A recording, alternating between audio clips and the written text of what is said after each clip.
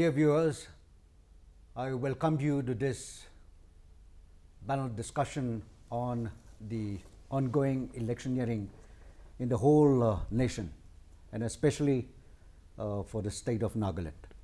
Election voters and parties are the talk of every village, town, states and the nation. It is rightly so because it is extremely important in the life of any democratic nation and society. As the saying goes, we may not be interested in politics, but politics is interested in us. Much more than anything, politics determines our day-to-day social life. It is wise to take keen interest in electing good and visionary leaders for our own good. We have here in our studios important personalities for a discussion on the current issue of parliamentary and assembly elections. We have Oken Jeet, Sandham, editor NEPS News, and he is also an author. He is also the president of Muay Thai Federation of India. We also have another senior journalist at Chishi. He is the present president of Nagaland Press Association. He has been working with various national newspapers. And among them we have a senior member who is none other than Niketu Iralu. He is a social activist. He is also a social thinker and a very important member of our Naga society. Despite his age, he is very young at heart. Welcome all of you to this session of discussion. As we are in election mood and electioneering is in hot pursuit, no election is the same in the country. In every election, we see new manifestos and new problems. A random thought on the present election scenario. I think, sir, I would like to ask you, how do you visualize, how do you see this time round the electioneering? I think us from Nagaland and part of Northeast India, Lok Sabha elections and Rajya Sabha elections, I feel are somewhat disconnected with us because they are necessary hazards of being part of India. It's the assembly elections where we get really excited and we feel something relevant, something impinging on us. But of here we have a Lok Sabha election, we have to take part in it. And so, to my mind, in the Lok Sabha election, North Nagaland and Northeast India, we should project issues that are relevant to us and make that our focus on the national scene. Otherwise, we are responding to issues that are big out there, but we can't say much on those issues. And there was only one Lok Sabha, one Rajya Sabha. So that's how I like to project it. Okay, how do you react to what say Niketu Iralu has just said? It is quite true that there is a kind of disconnect between the people of Northeast and then the national mainstream election. And the priorities seems to differ from place to place. But I think we have an issue. The issue is more important to us because see the recent case like CAB issue, because that is the relaying point for us. That's so true. Spontaneously the entire Northeast people, they just woke up, and even the elected members, state governments, they came to this point. So I feel that individually we look, that means we have one representative. It is something like we are in the sea of Indian political scenario. So we had no voice actually. But I believe that if the entire Northeast, if we come on certain issues like CAB, we have to find some kind of common issue. True. Then the center will come to our knees and they will listen to us. I agree with that. It is very true. In a democracy, those states who have more representatives get more voice. And so I think the only way for northeastern states who have just a single or double representatives is not doing us good at the national level.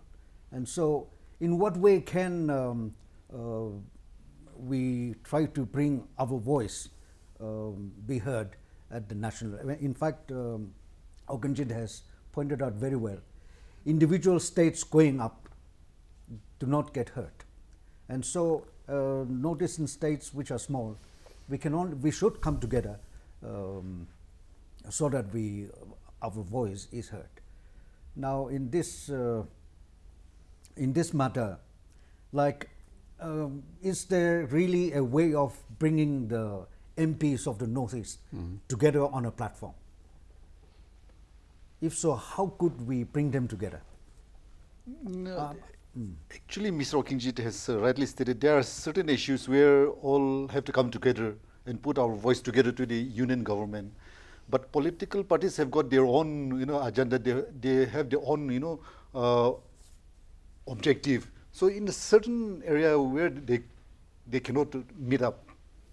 Otherwise, as Sir Niketu has rightly said, Mr. Oken has also said, I think there are issues like immigrants issues, special status, special grant for the Northeast. I think these are the common issues, revamping of the Northeastern Council. I think when we talk about developmental activities, I think MPs should come together. Yeah. Yeah.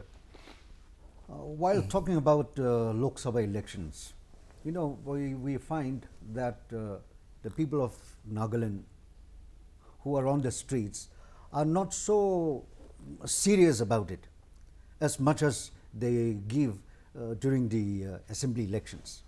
What could be the reasons according to you, sir? Well, I think before election time, our public should be involved in addressing, discussing, conversing on issues that are very important to us. I feel that Northeast India as a whole, we are made up of many ethnic groups and communities. I think we have to really start to think of creating a wider common stability, which will enable us to get development. Otherwise, we'll have no development. So if we do that, we will be required, all of us from different states, different community tribes, to rise to a higher alternative where we have to think and act differently. Without that, we'll not have a common stability, and with no stability, there'll be no development at all. And I feel that this CAB issue, things like that, and the other issue you mentioned, things like that, even Northeast MPs and the wider public are more, get them to discuss. I think we will be able to have a very interesting election, Lok Sabha or Assembly. Otherwise, we are getting lost in issues that wither away after the election, and back to the old story of conflicts, division, blaming one another. It's quite true. In our state, what we witness also is, election appears to be just buying and selling of votes rather than fighting on issues of development and policies. Chishi, how would you comment on this? Which we are going to face the Lok Sabha. This is unlike the state assembly where voters become purchasable. Everyone looks after monetary gain. The fault lies on both sides, with the candidates as well as the voters. When we see the current scenario of the Lok Sabha, I think people are least convinced with the high rhetoric of the political parties, pages and pages of promises, which are very, very unconvincing to the to the people. People are not really convinced. Yeah, that's why. Just adding to his point. Just you see, you are just coming to the state thing. See, there was a by-election they have announced, but within weeks they just leave their own party, sponsoring them, and just they are in other game. Okay. Now other day 7 NPF MLAs, they said we are supporting NDPP. NPF is a major opposition party in the state. So see, they have destroyed the kind of trust the people have in them. democracy is completely something, some other way they have just taken around. And I have been just thinking that our educated lot, today's educated lot, especially the youth, they have to think a lot on this. And parliament is definitely, that is very important for us. Even if we have a very outstanding, outspoken, and who are very well versed of our issue, they can still do a lot of things in the parliament. But we are sending people who had never spoken in parliament. Just we heard in that they were the least speaking in parliament. You know, in this It's front, very sad. Exactly. In this front, as we all wish and desire to have a better society through a good government. Now, the only way to attain that situation and stage is through clean election. I think we should all appreciate at least the effort. Maybe not much has been accomplished as of now, but at least starting to clean up our election processes, the way we look at election. And so, despite its importance of having a clean election, still it has not taken root. Now, what could be the reasons? Is it just because it has been introduced newly, or is it because of the mindset of the people? Well, I think this is why only during election we bring the issue of clean election or corruption, things like that. I think our society at the level of ordinary people like us, the youth as you mentioned, we have to get discussion on whose responsibility is development, whose responsibility is clean election, whose responsibility is justice for our society and our relationship with our neighbors and Delhi. Unless we are discussing this intelligently, and then some people are showing examples of transformation in their thinking and their living. When we come to election time, these things are raised again. We say, oh yes, we know it is. There's cynicism and there is bankruptcy. Mental and spiritual bankruptcy on a huge scale. The result is bankrupt politics, bankrupt churches, bankrupt schools. Things are not happening. I don't know whether I convey my point. So I wanted to add it to what our Sir Niketu has said.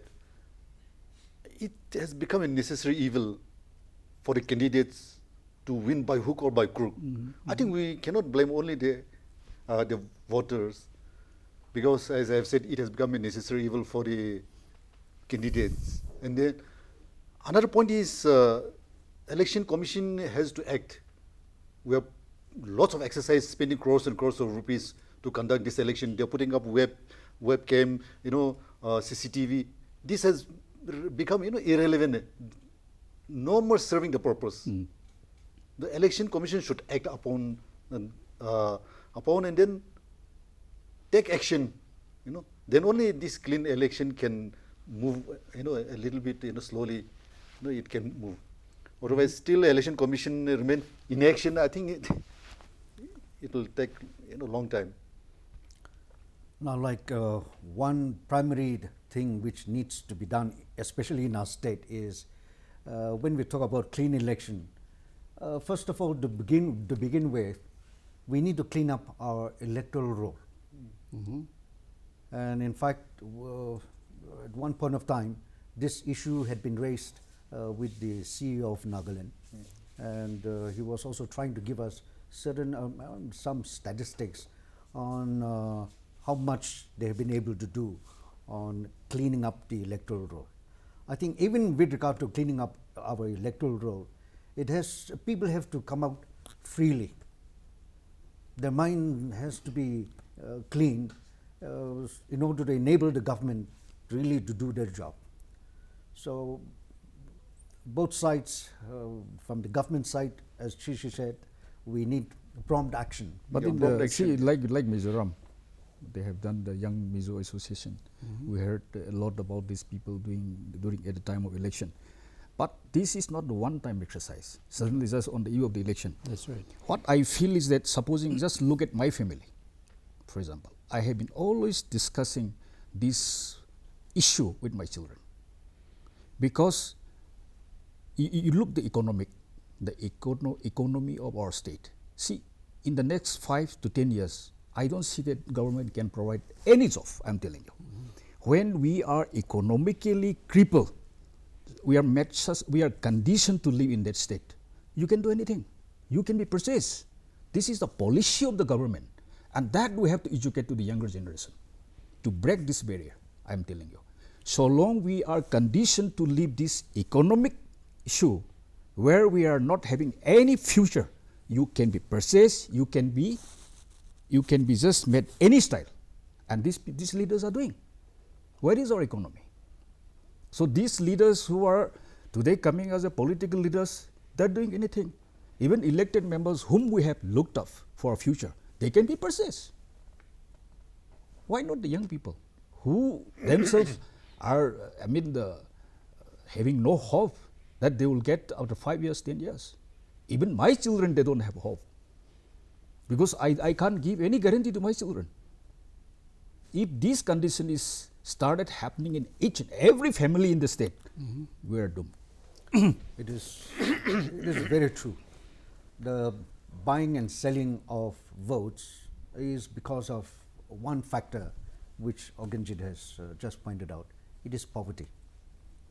It is poverty that compels them to sell their votes for a few penny. Like a person in the village, a poor man, his son needs to be admitted in a school. He doesn't have the money, so he is ready to sell his vote for just a few thousand rupees. But unfortunately, this is continuing.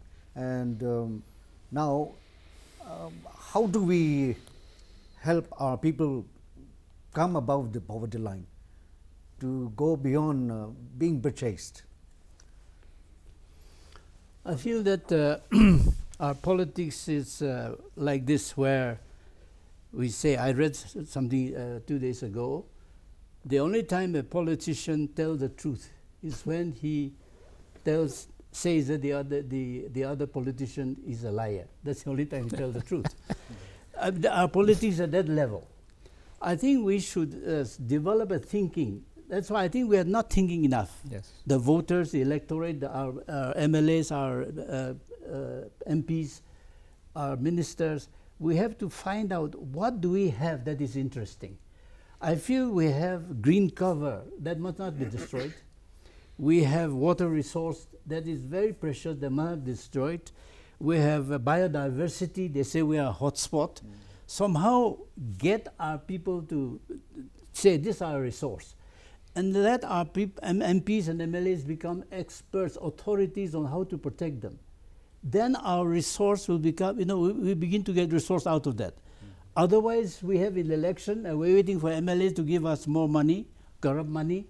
He'll get it from Delhi or from somewhere. It's becoming desperate. So I feel that our MLAs and MPs should become known in India for being authorities on saving the environment, because our biodiversity it extends right across Burma. I think the world become interested, and I feel that somewhere we have to look at our assets. What do we have? We're not talking about our assets and how to develop them. And if we really become experts on that, the world will respond also. It's quite true. If a society has to really progress, then the people have to have a progressive mind. Yeah. I think that's the only way that a society can go forward. Now, like in this, as Sir Niketu has rightly pointed out, our society needs to start becoming a thinking society, a reasoning society. Now, in this, there is one issue which is going on now, even at the commission level, that is the issue of age and qualification of the politicians. I think this is a very interesting topic. So, for instance, someone who is just a class 10 pass candidate, he becomes the minister. Now, people who go to them, majority of them happens to be a graduate, an MS student, a doctorate, who has to take the command from the class 10 pass minister. So does it create any social disharmony, communication? How would you react to this, Mr.? Well, I think leadership is not education. Actually, I don't agree with education, because it's totally different thing. Because we have seen many educated people, they cannot even lead one person in any activity. Because this is something like, of course, we have to earn, we have to work, but there are so many theories to lead. Otherwise, there are people who are inborn qualities they have to lead a society. But as far as leadership is concerned, it is nothing to do with education, in fact. But we have seen so many educated people. Since we are talking here about education, I mean, elected members should have minimum qualification. That is okay, that is just a basics of education is important. That is all right. But I used to think that at least my elementary educations I had in 2-3 years in my lifetime, that is very important. The rest of my education is wastage of time, I used to say, in fact. I'm telling you. I think one reason why people are projecting, say, least qualified or, not projecting highly qualified people, I think money factor is also involved there. And then Gundaism is involved there, muscle power is involved there, So there are certain factors. Otherwise, this is the beauty of the democracy where everybody can, to participate, literate or illiterate, Platform has been given to everybody to lead the people. So this is the beauty of the democracy. So this is the view of the journalist. And now I would like to hear your view as a social thinker. Well, I think a lot of these problems have to do with the fact that we're a very young society. We're just starting our journey, and we're doing things that we've never done before. So our response to the challenges of change are very uninformed, because we have not handled many things and we have to learn to handle them. We have to learn to do things we had not done at all before. So we have too many things to learn in a short time, whereas others have been learning for centuries. They have made mistakes and they have at leisure learned to solve their problems. So we have to ourselves give that compassionate understanding of our failures. At the same time, those who are now understanding the crisis begin to be more responsible and show what change means, show what unselfishness means, what ethical behavior means, Our public will immediately respond. Otherwise, our society will become too heavy with the luxury of being able to blame somebody. And it's very easy to blame somebody because there's some truth in it. But the partial truth is very dangerous. So this is how we have to immediately say, how do we get people to be responsible? And I wish some MLAs will start to come out and say, I will solve this if I'm elected, and I'll not involve get any dirty money or whatever it is. If you elect me, I will solve this and do it. I think something will come in. Otherwise, just wait, and it's becoming too expensive to afford elections. It is well said, sir. In fact, as even our Oken was saying, ultimately it is not the qualification. A person may have a doctorate as a degree, but he may not be as visionary as someone who may not have even gone to school. I mean, those kind of, maybe literacy is an additional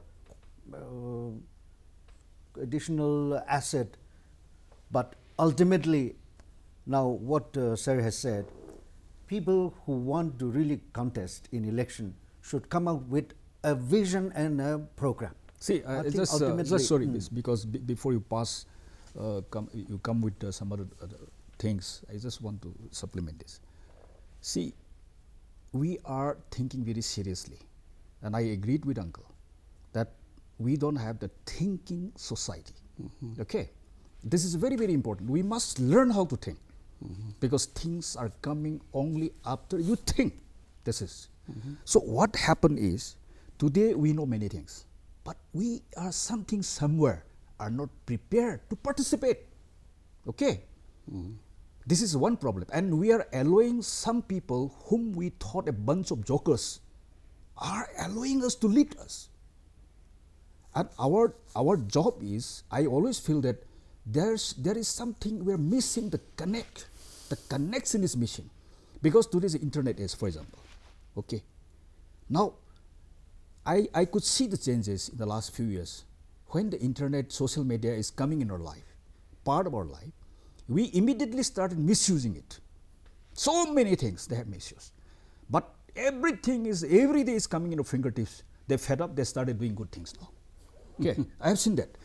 Now, our elected members, suppose we have to use this. This is our time. This social media is something. This internet is something I thought that is God-given thing for us. Those years, if we want to say something about our issue in Nagaland, it's very difficult to reach the rest of the world. Today we write something in the social media. It is immediately spread. So I say two things only. Either you use for the best or for the worst. It lives to the people only. And we have to educate. Our elected member also should have the social media account. None of them had. When Rahul Gandhi was there some years back, he was in local ground. When he said something, he's already, before he finished the speech, already started debates on the social media. And in fact, the other political party, when they were about to reply, it was already finished. I mean, our people also should use this platform. They should have at least an account, connect with the people. Let us just throw their ideas. But when I said, have you read that book? No, I have not read that book. That kind of thing is there. We don't have that also. It's a very sad episode, I'm telling you. I just wanted to add here, I think one reason is tribal identities are very strongly contested in our state. That is one reason why we could not project the dynamic leaders. That is one reason. Another reason is, I think I'm repeating, but the power of money. So extremely, so strong that that is deeply rooted in our society. It is quite true. Now, it is true that we need, I think by discussing about the qualification of who should qualify to be a candidate, I think these are issues which makes people think. And likewise, in fact, the contest on the issue of age, many parties, political parties started saying that we are taking in young people as if the old people are no more needed. I think I do not know whether these political parties are taking the issue in the right perspective or not. I would like to get your views. I think, see, politics is totally different thing. If we talk about politics, it is a game actually. It is totally a game. So how we as a writer, as a journalist, as a thinker, how we are trying to penetrate and educate these political players actually. We should be able to educate them as a writer, as a thinker. I think in many ways we have to do it, and there is a way where we can teach these people, but we are not doing the job. That is also there. And I know that many political leaders, many elected members, they do not know even how to read. Forget about it. But we have to make them how to read. We have to teach them that how to act. If he does not know, then we have to make from today that he should know something. It's very important. We cannot leave them everything for our destiny. It is very important. Otherwise, we are not playing the game. As I said, we know many things. We are not prepared to play. There cannot be a vacuum. Vacuum cannot be there. So somebody has to fill up. When they started filling up, we are grumbling. The biggest mistake we have done in our society is we are not prepared, who are capable are not prepared to step in. I'm telling you. See, the society as such is such as ours is a matter of bread and butter. The economy is so low, And then the candidates who are contesting are, damn rich. They have a disproportionate assets. Most of them are retired bureaucrats. From where those money comes? How are they possessing disproportionate assets? And how are they going to contest the polls? That is why we have to create a lot of awareness from the grassroots level. We have to teach the people that the right people should be protected. We should not go after money. A handful of people, like intellectual people like us, cannot bring reform or cannot reform the society. It takes time. It should start from the the grassroots level, educating the people. Then only things can change. This is the area I was just telling in before, because we are conditioned to live that economic, degeneration of that. And I'm telling you, when we live in that condition, you can no longer think anything, freedom, on your own way. Now in the church thing, we just come up now, because almost all the church leaders are live better than these so-called our politicians. And I have been telling that we have been discussing that spiritual corruption, intellectual corruption, the most dangerous corruptions is these two. And we are already corrupted in this line also. How we are going to reform? It's very difficult.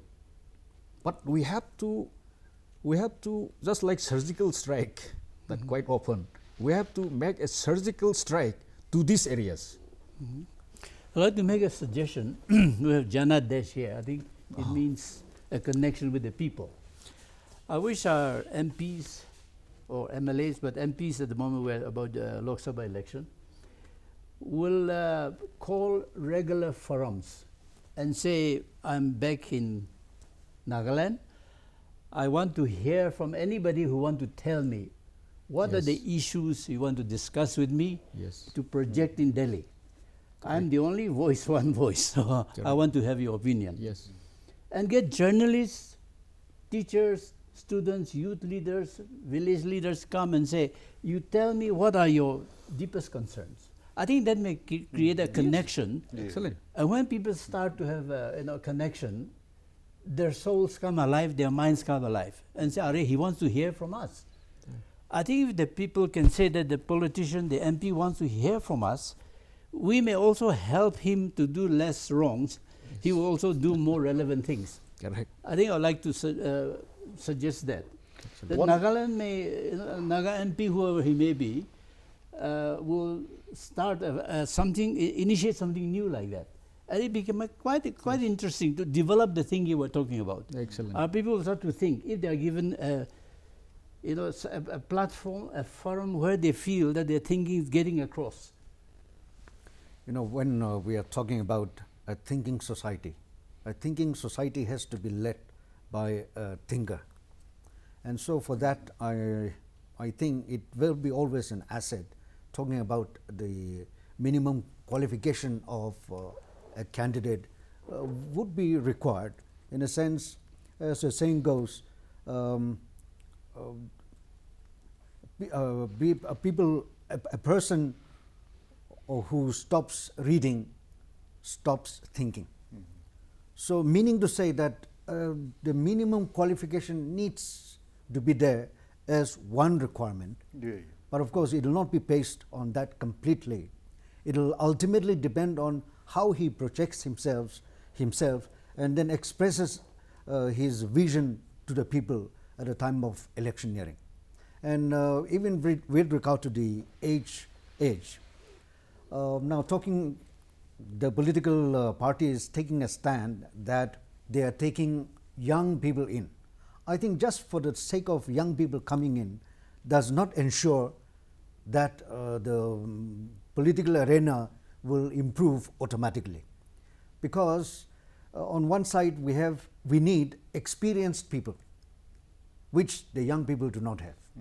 At the same time, we also need the energy of the young people, which maybe the older people may not have. We need to harmonize this. I think some of the old politicians should know when they should get into the background and become the fathers of our society. Unless they do that, the young people will never come in and learn, play their role. I think there are many cases where some of the old politicians should say, now I've done enough. I want those to come in and become the one who will correct them as an elder. And our people respect elders. Unless that comes in, it becomes a very negative reaction against one another, and people go, paralyzed in their thinking. Very interesting thing. This time I've seen the manifesto of the Congress, but the other party, the so-called PDA, I have not seen their manifesto also. I don't, with what promises they are going to the people, that I'm yet to know. At least Congress, they have rolled out the long list, promising to the people. But so this is how I think manipulating the issues, non-issues, which are not at their hand, at the hands of the political parties, like Naga political issue. That is purely to do with the militant groups and the union government. State government is only to facilitate. No, these are the issues which are really there, trying to convince the voter every time, every poll. Even manifesto, frankly speaking, do our people read manifesto? No. I don't think they read that. I don't think. No, but at least intellectuals. That is part. But I'm coming to the people only. As a political party, they should come. Congress has done it excellently. Manifesto, that is an excellent manifesto. They came up with the excellent manifesto. That is all right. PDA has not come up. That is. But I'm questioning our people. I don't think that our people have really gone through these manifestos or political parties. It's a very, very unfortunate. See, in one of the meetings, there are some Naga leaders are there. They are prominent leaders. So they talk something. I said, this I have written enough. In my book also, have you read my book? They said, no, we have not read. Nor they have, nor did these people read any other books. Forget about my book. If you don't read the books, you cannot be a leader also. As you said, a reader, a thinker should read. There are many things.